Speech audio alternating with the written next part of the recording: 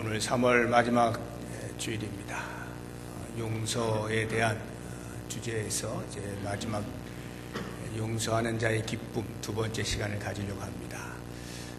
저는 지난주에 이어서 오늘은 용서하는 자라고 하는 이 사람을 소개를 하려고 합니다. 성경의 인물 가운데 용서의 대명사라고 불릴 수 있는 한 사람 요셉을 통해서 어떻게 용서할 수 있는가, 용서는 과연 가능한 것인가, 또 진정한 용서의 의미는 무엇인가 라고 하는 것들을 함께 생각을 해보려고 합니다. 사실 용서라고 하는 이 주제가 쉽게 설교할 수 있는 것은 아닙니다. 목사이기 때문에 설교를 하고는 있습니다만 설교 원고를 작성하는 게 쉽지가 않아요. 그러니까 삼자라고 하는 피해 당사자가 아닌 사람이 용서하십시오라고 말하는 것은 말은 쉽습니다. 그래서 할 수는 있는데 당사자가 아닌 관계로 인하여서 그렇게 쉽게 할 수 있는 말은 또한 아니라는 생각이 들기 때문에 늘 용서라는 주제를 설교할 때는 마음의 부담이 큽니다. 설령 제가 누군가를 용서한 경험이 있다 할지라도, 그리고 그 경험이 그 어느 누구보다도 아주 힘든 상황 속에서의 용서의 경험이었다 할지라도, 그렇기 때문에 여러분도 나와 같이 용서를 해야 합니다 라고 하는 말을 하는 정당성을 부여해 주는 것은 아니기 때문에 쉽지는 않아요. 그럼에도 불구하고 오늘 제가 성경의 한 인물을 통하여서 성경에서 우리에게 요청하는 바가 무엇인가에 대한 진리의 말씀들을 같이 묵상을 해보려고 하는 것입니다. 용서라고 하는 말이 왜 쉽지 않으냐라고 하는 것을 우리에게 잘 보여주고 있는 책이 하나 있습니다. 혹시 해바라기라고 하는 책을 읽어보신 분들이 계실는지 모르겠습니다. 이 해바라기는 나치의 치하에 있었던 유대인이 그 모든 학살로부터 구사일생으로 살아남아서 전쟁 이후에 종전에 이제 집필을 한 그러한 책입니다. 사이먼 위젠탈이라고 하는 사람이 쓴 책인데요. 지금 전 세계적으로 사이먼 위젠탈 센터들이 서 있습니다. 그래서 이러한 전쟁과 관련되어진 또는 부조리와 관련되어진 것을 고발하는 그러한 좋은 센터로 자리매김을 하고 있습니다. 이 사람이 원래 건축가였는데 잡혀가게 되면서 수용소에 끌려가서 온갖 고문을 당하고 아무튼 종전이 되어서 살펴보니까 그 친지들, 가족 친지들이 89명이 죽었어요. 그리고 자기 아내와 단둘이 겨우 이제 살아남았는데, 그래서 그 전쟁이 끝나자마자 그는 그 유대인을 학살한 이 나치들의 뒤를 이제 캐기 시작합니다. 그래서 전범이라 그러죠. 그 전범을 추적하는 사람으로 변모를 해서 이분이 1908년생인데 2005년도에 돌아가실 때까지 약 1100명 이상의 전범들을 체포하는 데 혁혁한 공헌을 하게 됩니다. 이 해바라기라고 하는 책은요, 크게 1부와 2부로 나눠져 있어요. 앞에 1부는 그 위젠탈이 직접 경험한 것을 서술해 놓고 있고, 두 번째는 그 경험한 것에 대하여 사회 각계의 저명 인사들에게 피드백을 받는 것입니다. 이러한 그 책에서 그가 경험한 것이 무엇인가 하면 수용소에 끌려갔는데 거기에서 이제 일을 하러 어디론가 이렇게 끌려갔습니다. 거기가 이제 병원이었는데요. 그 병원에서 한 사람을 만난 거예요. 독일군 나치 병사인데 부상을 당해서 거의 죽기 직전이었습니다. 그런데 이제 간호사가 그 사람을 이제 돌보라고 이렇게 데려다 준 거예요. 그 병상에 있는데 그 독일군 병사가 유대인인 것을 알아보고 손을 꽉 잡는 겁니다. 그리고는 내가 당신에게 고백할 것이 있습니다 하고는 자기가 수용소에서 저지른 일들, 차마 입에 담을 수 없는 그런 대학살, 그러한 것들을 다 이야기를 하면서 내가 그 현장에 있었던 사람인데 이제 곧 나는 죽을 것 같다. 그런데 이 죄를 유대인에게 고하지 아니하면, 용서를 고하지 아니하면 제대로 편히 눈을 감지 못할 것 같다 라고 하면서 당신이 좀 용서해 주시오 라고 하면서 자기의 지은 모든 죄를 다 이야기한 거예요. 그것을 듣고 있던 이 위젠탈이 꽉 잡고 있던 그 손에서 슬며시 자기 손을 빼냅니다. 그리고는 아무 말도 하지 아니하고 그 자리를 빠져나갑니다. 그리고는 전쟁이 끝나고 나서 그 경험을 책으로 쓴 거예요. 그때를 회상을 하는 것이죠. 그리고는 과연 자기의 그와 같은 행동이 잘한 것이냐 잘못한 것이냐 여전히 답을 내리지 못한 채 책을 쓰는 겁니다. 그리고는 각계 저명 인사들에게 그것을 묻는 거예요. 출판사에서 이제 물었겠죠. 그래서 여러 이야기를 듣고 있는 것입니다. 전반부에는 그 사람의 경험한 것을, 그리고 책의 후반부에는 각계 각층의 사람들의 반응을 적어 놓았습니다. 상당수의 반응은 잘했다. 그것은 그렇게 쉽게 용서할 일이 아니다. 그걸 어떻게 감히 용서할 수가 있는가. 이러한 반응이 주종을 이루고 있습니다. 이 위젠탈의 고민은 이런 것입니다. 자기가 그 자리에서 저는 피해 당사자가 아닙니다. 그렇기 때문에 제가 당신을 용서할 권리를 가지고 있지 못합니다. 그래서 아무 말을 하지 못하고 빠져나온 것이 아니고, 차라리 그랬다라고 한다면 그나마 마음이 덜 부담스러웠을 텐데, 그게 아니라 그 이야기를 듣는 순간에 자기도 물론 다른 수용소에서 어떤 고통을 겪고 있는 상태지만 그 사람에 의해서 피해를 본 당사자들은 다 죽었잖아요. 다 총살을 죽고 이렇게 갇혀서 죽고 이랬단 말이죠. 그런데 그러한 이야기를 듣는 순간 이 살인마는 도저히 용서받으면 안 되겠다. 용서받고 편히 눈을 감게 해서는 안 되겠다라고 하는 생각 때문에 그 자리를 빠져나온 거란 말이죠. 그래서 그 마음이 오랜 세월이 흐른 다음에도 고통 중에 있는 거예요. 과연 내가 잘한 것일까? 어떻게 생각해야 되나? 이러한 고민을 던지는 겁니다. 그래서 그 책을 읽는 내내 고민이 많은 거죠. 과연 용서가 가능한 것인가? 용서는 해야 하는 것인가? 혹시 그 용서가 사회의 불공정함을 더 부추기는 것은 아닌가? 죄를 지은 사람들의 피난처를 만들어주는 것은 아닌가? 그래서 사회의 정의를 무너뜨리는 것은 아닐까? 이러한 고민들을 하게 만드는 책입니다. 용서. 그래서 그 부제가 용서의 가능성과 한계라고 하는 부제를 달아놓고 있습니다. 그리고는 이제 그 책의 제일 끝에 이렇게 질문을 던져요. 독자들에게. 만약 당신이 그 자리에 있었다면 당신은 어떻게 했을 것인가? 라고 하는 질문을 던집니다.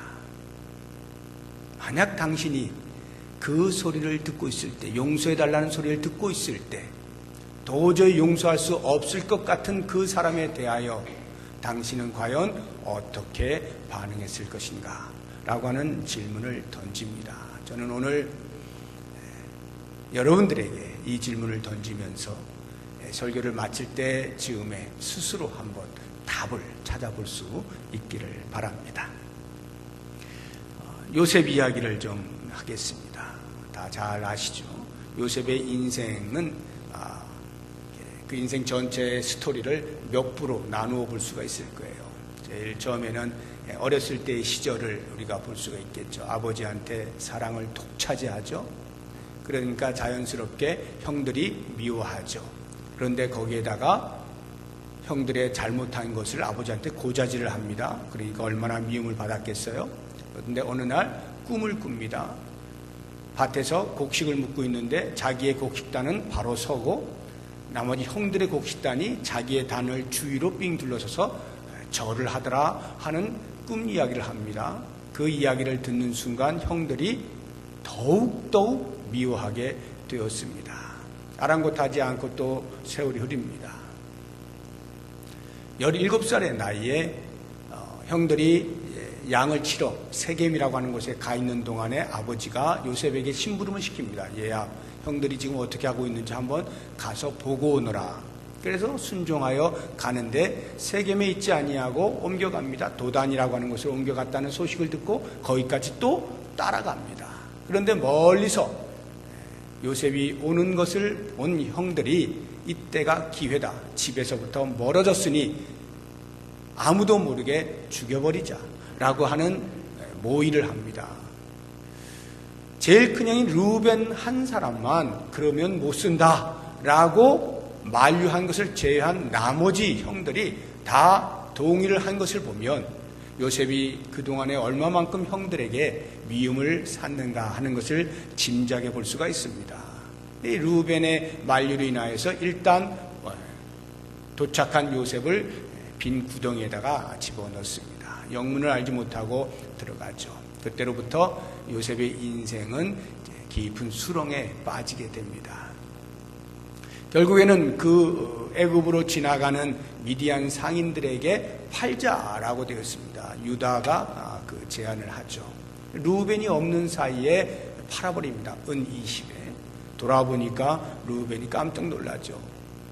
이 죄를 짓지 말라고 했는데 이제 아버지에게 가서 무엇라 말할 것이냐 하니까 형들이 계략을 짭니다. 염소를 죽여서 그 피를 요셉의 그 입었던 채색 옷을 벗겨놓은 거기에다가 피를 발라가지고 들고 가서 아마도 악한 짐승에게 물려준 것 같습니다. 이렇게 이야기를 해서 자기들의 죄를 은폐를 하죠. 그때로부터 야곱은 식음을 전폐합니다. 살맛이 안 나는 거예요. 그러다가 이 요셉은 그 미디안 상인들에 의해서 애굽으로 끌려가서 그 당시에 바로의 친위 대장인 보디발의 집에 팔려갑니다. 그런데 거기에서 하나님이 함께 하심으로 은혜를 베푸셔서 보디발의 눈에 들게 합니다. 일을 워낙 잘하는 거예요. 그래서 가정 총무로 삼고 모든 집안일을 요셉에게 다 맡기죠. 그런데 어느 날 그 보디발의 아내의 유혹을 뿌리치다가 그만 그 아내의 눈에 빗나가게 되어져서 감옥에 갇히게 됩니다. 음모를 받고 감옥에 갇히죠. 그의 그 수렁이라고 하는 것이 점점 깊은 데로 들어가는 것 같습니다. 감옥에 갇혔는데 또 놀랍게도 그 간수장의 은혜를 입죠. 요셉의 모습을 보니까 모든 것을 다 맡겨도 되겠어요.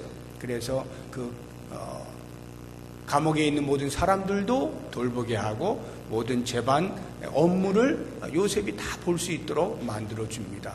요셉이 하는 것은 신경도 쓰지 않아요. 그 정도로 신임을 받습니다. 그런데 어느 날 그 감옥이 왕의 제수들이 들어오는 곳이었는데 거기에 술 맡은 관원장과 떡 맡은 관원장이 들어오게 되고 그들이 꿈을 꾸는데 해몽을 해주면서 술 맡은 관원장이 복직을 하게 됩니다. 그러면서 그 사람에게 선처를 구하죠. 당신 나가면 저를 꼭 기억해 주십시오. 그런데 이 사람이 복직하고도 까마득히 잊어버립니다. 그렇게 2년이 흘렀을 때 바로가 또 꿈을 꿉니다. 그 왕이 꿈을 꾸는데 그 꿈을 해석할 수 있는 사람이 애굽 땅에서는 찾을 수가 없어요. 그때 술 맡은 관원장이 기억을 하는 겁니다. 아, 제가 그때 감옥에 있을 때 한 히브리 청년이 제 꿈을 해몽해 주어서 이렇게 복직이 된 것입니다. 해서 요셉이 불려옵니다. 바로가 꿈 이야기를 했을 때 다 해석을 해주죠. 해석해 주는 것뿐만이 아니라 그래서 어떻게 해야 한다는 방편까지 이야기를 해줍니다. 7년의 풍년과 7년의 흉년이 올 것인데 그 7년의 흉년을 대비하기 위하여 풍년의 때에 곡식들을 잘 저장해 두어라. 이러한 이야기들 쭉 들었던 바로가 요셉을 총리로 삼습니다. 어떻게 갑자기 꿈 한번 해몽해 주었다고 총리가 되는가? 그 인생 전체가 광야와 같은 그 감옥에서의 생활들, 역경들, 그것이 그로 하여금 그런 충만한 지혜를 갖게 만들면서 한 나라를 다스리는 자리에까지 이룰 수 있게 하죠. 완전 인생의 대역전이 일어나는 것입니다. 자, 이와 같은 때에 흉년이 들었을 때에 가나안에도 여전히 흉년이 들어서 야곱의 가정에서 이제 애굽에 곡식이 있다는 소식을 듣고 형들이 갑니다. 형들이 가서 요셉을 만나는데 요셉은 알아보지만 형들은 못 알아보죠. 요셉이 얼마나 가슴이 뛰었겠어요. 여러 가지 과정을 통해서 베냐민, 자기의 동생인 베냐민, 라헬의 아들이 요셉과 베냐민인데 베냐민이 그때 동행하지 않은 것을 알고 베냐민을 데려오도록 하기 위해서 계략을 꾸밉니다. 그리고는 결국에는 이제 베냐민이 오게 되죠. 그런데 베냐민이 오고 나서 요셉이 얼마나 감정이 북받쳐 올랐겠어요. 그런데 이 베냐민을 자기 옆에 두기 위해서 또 계략을 꾸밉니다. 은잔을 그 배낭 속에 집어넣고 도둑으로 모으는 거죠. 그리고는 베냐민을 두려고 하는데 그때 유다가 나서서 베냐민 대신에 제가 잡혀 있겠습니다. 베냐민이 가지 않으면 제 아버지가 죽습니다. 제가 아버지하고 약속을 했는데 꼭 좀 그렇게 선처해 주시기 바랍니다. 라고 하는 이야기를 할 때 그때 요셉의 감정이 터져 나옵니다. 그리고는 거기서 크게 울면서 아름다운 재회가 일어나게 되죠. 사랑하는 형들이여, 내가 요셉입니다. 내가 요셉입니다. 믿기지 않죠. 보니까 진짜 요셉인 게. 그래서 베냐민을 껴안고 울고 형들을 다 껴안고 울면서 아름다운 재회가 일어나게 됩니다. 요셉이 그 형들을 이렇게 볼 때, 또는 동생 베냐민을 볼 때 가지고 있었던 그 감정을 표현해주고 있는 말이 울었다 하는 표현이에요. 여러 곳에서 울었다 이렇게 나오거든요. 울었다라고 하는 것이 그의 마음속에 형들을 향한 미움에 또는 분노에 복수의 모든 칼날들을 다 치웠다 이런 말이죠. 용서했다라고 하는 것이 그 울었다는 표현 속에 들어있는 것입니다. 이제 이와 같은 요셉을 보면서 제가 묵상을 해보는 것입니다. 요셉이 과연 이렇게 용서하는 것이 쉬웠을까? 결코 쉽지 않았을 것이라는 생각이 듭니다. 제가 이미 말씀을 드렸습니다만 나치의 그 대학살 속에 있었던 그 사람이 그 나치를 용서한다는 것이 쉽지 않잖아요. 그런데 그 경우에는 국가적 차원에서 전쟁으로 말미암아서 일어난 일입니다.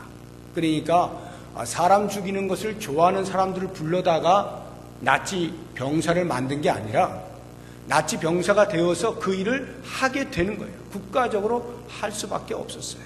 물론 그것이 그들의 그 잘못이 없어지는 것은 아닙니다만 그러나 일단 국가적인 차원에서 일어난 일이죠.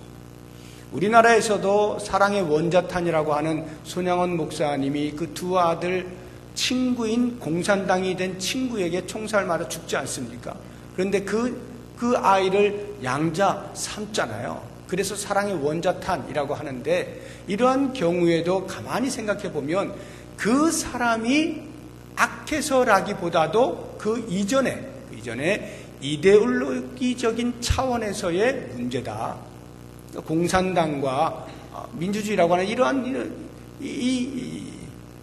이데올로기의 차이가 비극을 불러일으켰다라고 하는 것. 물론 그래서 또한 그것이 용서될 수 있는 것은 아닙니다만 아무튼 그런 이데올로기라고 하는 것이 있어요.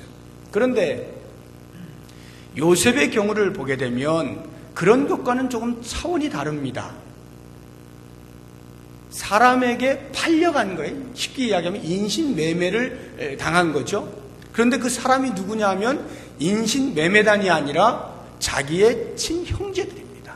물론 이복 형제들입니다만 형제들에 의하여서 인신매매를 당하는 것, 팔려가게 된 거죠. 정말로 천인이 공로할 일 아니겠습니까? 바로 이와 같은 것을 보게 될 때 용서하기가 쉽지 않겠다. 이것은 쉬운 것이 아니야 라는 생각이 들만하다 하는 것입니다. 그런데 그 요셉이 용서를 하고 있지 않습니까? 그 용서가 어떻게 가능했느냐라고 하는 것을 우리가 좀 생각을 해 보려고 하는 것입니다. 저는 이 요셉의 용서를 보면서 이런 생각이 들더라고요. 형들을 용서한다라고 할 때 요셉의 위치가 지금 국무총리입니다. 애굽에 당시를 호령하던 애굽의 총리로서 높은 지위에 올라 있는 상태예요. 그러니까 다시 말하면 그가 형들로 인하여서 당한 고통과 억울함, 그 모든 것들이 충분히 보상이 될 만큼의 자리에 와 있다는 것이죠. 그러한 보상되어진 상태에서 형들을 용서하고 있는 것 아닌가. 다시 말하면 가진 자의 여유 또는 나는 당신들과는 달라라고 하는 가진 자의 어떤 보여줌, 이런 것들로 말미암은 용서가 아닌가라는 생각이 드는 거예요. 그런데 오늘 말씀을 자세히 읽어보면 그것이 아니라 다른 데에 비밀이 있었다는 것을 보게 됩니다. 그것은 하나님의 섭리에 대한 깨달음입니다. 요셉은 다 알지 못했습니다. 하나님과 동행하는 삶을 살았고 하나님이 그와 함께 하셨지만, 고통의 순간에도 여전히 하나님과 함께 하셨지만, 그렇다고 해서 하나님의 섭리, 역사를 움직여 하시는 하나님의 섭리를 처음부터 끝까지 다 꿰뚫어 보고 있었던 것은 아닙니다. 혹 어떤 삶을 사든지 결국에는 하나님께서 나를 선한 길로 인도하실 거야 라고 하는 믿음이 있었는지는 모르겠지만, 자기에게 일어나고 있는 이런 일들에 대해서, 불행한 일들에 대해서, 고통스러운 일들에 대해서 다 견딜 만큼 그렇게 충분히 하나님의 섭리를 다 보고 있었던 것은 아니라 이 말이에요. 그런데 지나와서 보니 그 모든 걸음이 하나님의 섭리 속에 있었다는 것을 깨닫게 되면서 용서라고 하는 것이 누가 주체가 되는가라고 하는 고민을 한 것이죠. 그래서 오늘 말씀을 보게 되면 19절에 요셉이 그들에게 이르되 두려워하지 마소서, 내가 하나님을 대신하리이까. 이 형들이 얼마나 무서웠겠어요. 용서한다는 말을 분명히 듣기는 했지만 아버지 야곱이 죽게 되면서 혹시 그가 아버지 때문에 참고 있었던 것을 이제 복수의 칼날을 들이대지 않을까라고 하는 두려움이 생겨가지고 아버지가 살아계셨을 때 절대 우리 해하지 말라고 이야기했다 하고 전가를 보내고, 그것도 부족하니까 직접 찾아가서 엎드리면서 우리는 당신의 종입니다, 살려주세요, 이렇게 하는 거예요. 그런데 요셉이 거기에다가 무엇이라 말하는가? 내가 하나님을 대신하리이까. 내가 하나님을 대신하리이까. 이 말의 의미가 뭐겠습니까? 용서의 주체가 더 이상 내가 아니다, 이런 말이겠죠.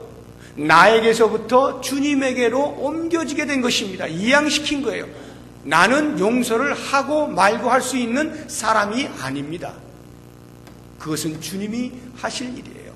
제 선을 떠나간 것입니다 하고 그것에서부터 초월하여 있는 요셉의 모습을 볼 수가 있는 것입니다. 이미 제가 지난주에 말씀드린 것처럼 내가 용서의 주체가 되어 있는 한은 결코 용서의 한계를 넘어서지 못합니다. 제가 밀양이라고 하는 영화를 말씀드렸죠. 거기에 주인공인 그 신의 내가 용서하지 않았는데 어떻게 하나님이 용서하실 수가 있나요? 라고 하는 질문을 던지는 이것은 용서의 주체가 나이기 때문에 그렇습니다. 내가 용서하지 않고 있는데 내가 받은 이 피해에 대하여 누가 먼저 용서할 수 있단 말인가? 라고 하는 말은 얼마나 당연스럽게 들리는지 모릅니다. 요셉은 그러한 자리에서 용서의 주체가 내가 아닌 주님이어야 함을 깨닫게 되는 거예요. 하나님의 섭리를 보면서 이 모든 것들은 하나님이 하고 계시는 것이로구나. 하나님께 용서할 권리를 내어드리는 것, 원래 하나님의 것, 그것을 인식하게 되었다라고 하는 것입니다.